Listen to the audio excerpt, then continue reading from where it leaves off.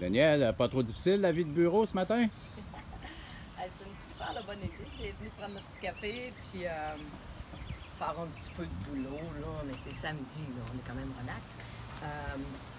On est au parc O'Keely. C'est un parc magnifique. Puis on réalise combien qu'il y a de familles, puis de gens qui prennent l'air, qui marchent. C'est quand même le fun de voir toute l'action qu'il y a ici. Là. C'est même surprenant. Ouais, Alors, je pense que tu peux faire à peu près tous les sports inimaginables ici à part du skidoo. c'est incroyable. Skidoo, ouais. C'est incroyable, hein? C'est vraiment le fun, là. Je trouve que c'est relaxant, en fait, là. Ça fait un beau début de samedi matin. Jacques, tu voulais ce matin qu'on parle de différents sujets là, pour faire une petite mise à jour là, de tout ce qui se passe ici. Oui. Bonjour tout le monde. Je veux juste revenir un petit peu sur les statistiques du COVID parce que ça a l'air plus inquiétant vu du Québec que vu d'ici. Ce que je veux vous dire, c'est que c'est sûr, si on regarde des chiffres absolus, il y a à peu près plus ou moins entre 2500 et 3000 nouveaux cas par jour en Floride. Puis ça, c'est constant là, depuis quasiment 4 semaines. Puis dans le comté de Palm Beach, il y a à peu près entre 125 et 150 par jour aussi. C'est constant aussi.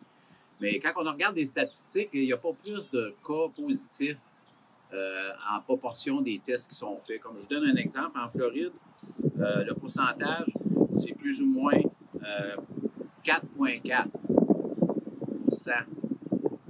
de cas, de pourcentage positif des tests qui sont faits, tandis que dans Palm Beach, c'est 3,1. Alors, ça, c'est constant depuis 4 à 5 semaines. Alors, puis, on remarque encore une fois que les gens, dans les endroits publics, à l'intérieur, le masque est encore obligatoire et c'est respecté.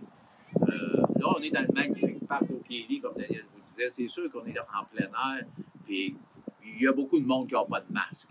Mais on nous dit qu'à l'extérieur, il y a beaucoup moins de risques qu'à l'intérieur. Alors, c'est la même chose qu'au Québec, dans un sens, mais c'est normal qu'il y ait plus de chiffres absolus, il y a plus de monde. Alors, moi, je vous dis, ceux qui veulent venir passer l'hiver ici, ça ne sera pas plus à risque, si vous êtes en bonne santé, bien sûr, que rester au Québec. Mais ça, c'est mon opinion. Alors, vous en faites ce que vous voulez. Ben moi, je me dis, Jacques, au moins, on est dehors ici, dans le golf, on n'est pas confiné à l'intérieur. Alors, même pour le moral, ben, venez-vous-en, là. C'est sûr qu'en Floride, on passe nos journées à l'extérieur. Alors, si on garde les mêmes précautions qu'on garderait normalement si on était au Québec, moi, je pense que les risques ne sont pas si grands que ça comparé au Québec. En tout cas, je voudrais revenir aussi sur quelques sujets d'anciennes capsules qu'on a fait parce que, et je remercie Hélène pour ça, Hélène, elle va sûrement se reconnaître, qui m'a posé des questions concernant ça cette semaine. Je trouvais ça intéressant. Je vous donne un exemple, par exemple, quand on parlait des producteurs agricoles. Bien, c'est sûr que là, ils ont recommencé à avoir une vie plus normale depuis qu'ils ont ouvert les écoles et les restaurants. Alors là, ils peuvent écouler leur production. OK, c'est peut-être limité compte tenu de ce que c'était avant, mais au moins, on ne voit plus de distribution avec des paniers pour passer la récolte plutôt que l'acheter. L'autre sujet, c'est l'emploi puis les banques alimentaires.